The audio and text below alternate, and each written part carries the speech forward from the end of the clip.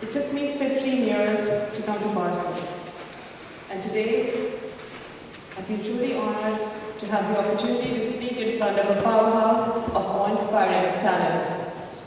Congratulations to each and every one of you. We made it.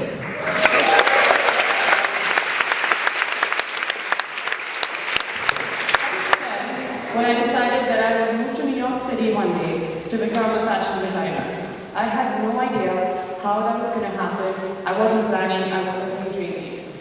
It has been quite a meandering route to get here, but all the twists and turns did not prepare me for the beautiful way in which Parsons would challenge me. The little girl had the conviction, which got lost along the way due to a minor prom dress designing disaster in high school. Colossal at the time though, don't get me wrong. I had a self-doubt that my inner voice was not steering me in the right direction. So next stop was business school in Boston. Moving on, it took a meltdown at my first job out of school to make me pay attention to what my 10-year-old self was trying to tell me forever. It was like a wake-up call. 2 years in, the situation reached its tipping point. Uncontrollable tears started streaming down my face at work one day. I realized that I had been feeling invisible for too long. Leaving my stuff everywhere and with a heavy heart, I left work and couldn't get myself to set foot in that door again. They sent my things home. By then, I had already sent in my application to Parsons. Among the many things that they sent home were sketches and doodles and redesigned logos of the company when I was training in finance. They hang in my studio now as a silent reminder of the beautiful moment of the realization of my inner voice. Ever since then, I don't hesitate to reach out to my inner voice when I feel paralyzed by a dilemma, or when I'm at the beginning of a tunnel that seems to have no light at the end of it. As soon as I came to Parsons, I knew I was home, and the people I surrounded myself with instantly became family. First, I found my mother-in-law. I didn't know this at the time, but you know when they become your self-appointed honest critics, and don't sugarcoat anything. If you find them, consider yourself lucky and keep them at all cost. Once you get past how much it hurts to hear the truth about your work, they will be the green line to your Muslim. Second was my fashion school mother. You call these people when the mother-in-law has done the damage. They will reassure you that you have a unique voice as a designer, and no matter how unrealistic your goals are, you can achieve them if you really believe in yourself and if you really try. Last but not the least was the overachieving cousin. I do believe that we must only compete with ourselves and not compare ourselves with others, but these cousins around school are critical. They keep you grounded, and they help you set high standards for yourself. They arrive at school before you open your eyes, and they are the last ones to leave once security kicks them out. Most of us have had at least one of these people, and if we were lucky, we've had them all. And it is in this intimate family setting that we flourish as people and artists and leave our lives behind in India, in China, in Korea, and many other countries in the world, and also many cities in the United States, hoping to perfect our craft. Friends, if you are receiving your degree today, you have successfully passed through a program of mental, physical, and emotional endurance. We all know that classes involve miraculously noticing the redness in your white studio walls. Your internship can be even stranger. From hand sewing thousands of Swarovski crystals on a wrap dress for Lady Gaga all night, and then delivering it to her dressing room in the morning, to watching pattern makers drape a dress for the First Lady. Yes, she is astonished, she seems in the photos. All bets are off. One day you're working on a dress for a celebrity, and the next day you are sorting through a pile of fresh fur with your bare hands as a vegetarian and ruminating on everything PETA has against your employer. But I knew that this was the only way to get to Fashion Week. So the inner voice said, suck it up, go big, or go home. Steaming unending trains of gowns, changing models, and then rushing to the front to watch the show was nothing short of exhilarating. A flashback of those 20 minutes inspires me even today and reminds me of all the hard work that lies ahead of me. The glamour and glitz of the fashion industry, however, is just the tip of the iceberg. Fashion is often viewed as transitional and highlights the trivialities rather than the depth of fashion, with its ability to change lives. Fashion has a responsibility and a stake in the environment, in creating livelihoods for artisans, in the economy, in women's emancipation, and in making society an inclusive place. In a world where the only constant is change, the one thing we can rely on is our passion, which will never lead us astray, just like our inner voice.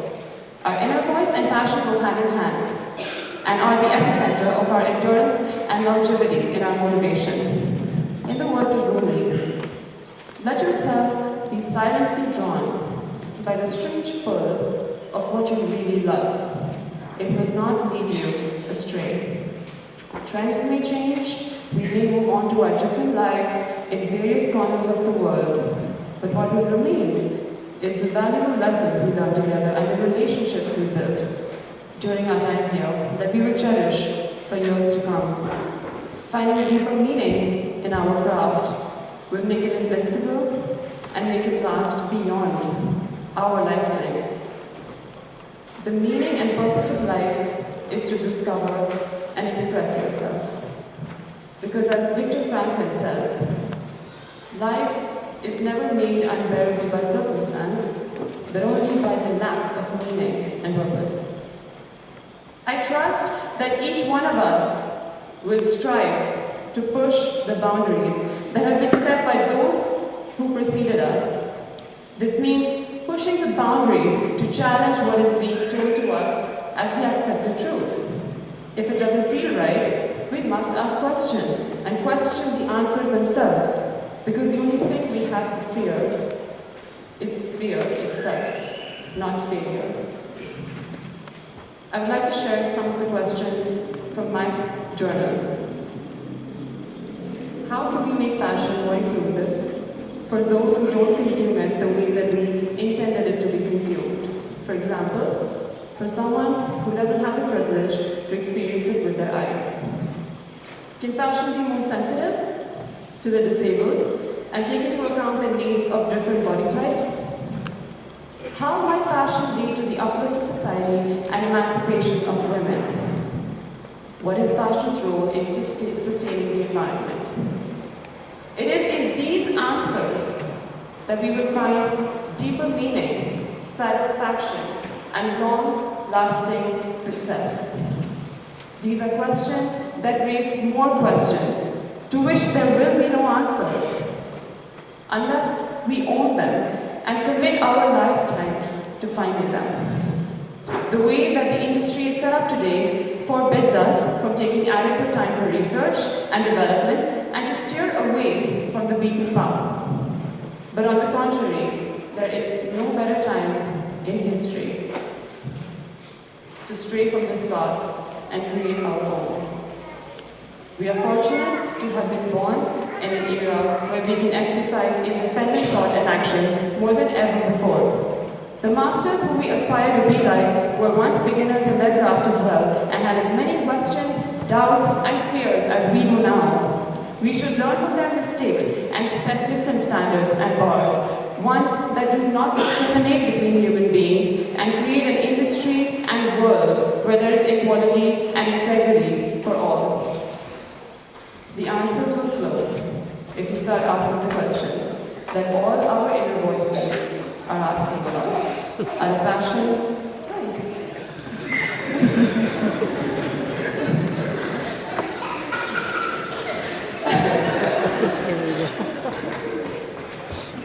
the answers will flow if we start asking all the questions that all our inner voices are asking of us, out of passion and without fear. If we look within ourselves, we already have everything we need to take on what lies ahead of us.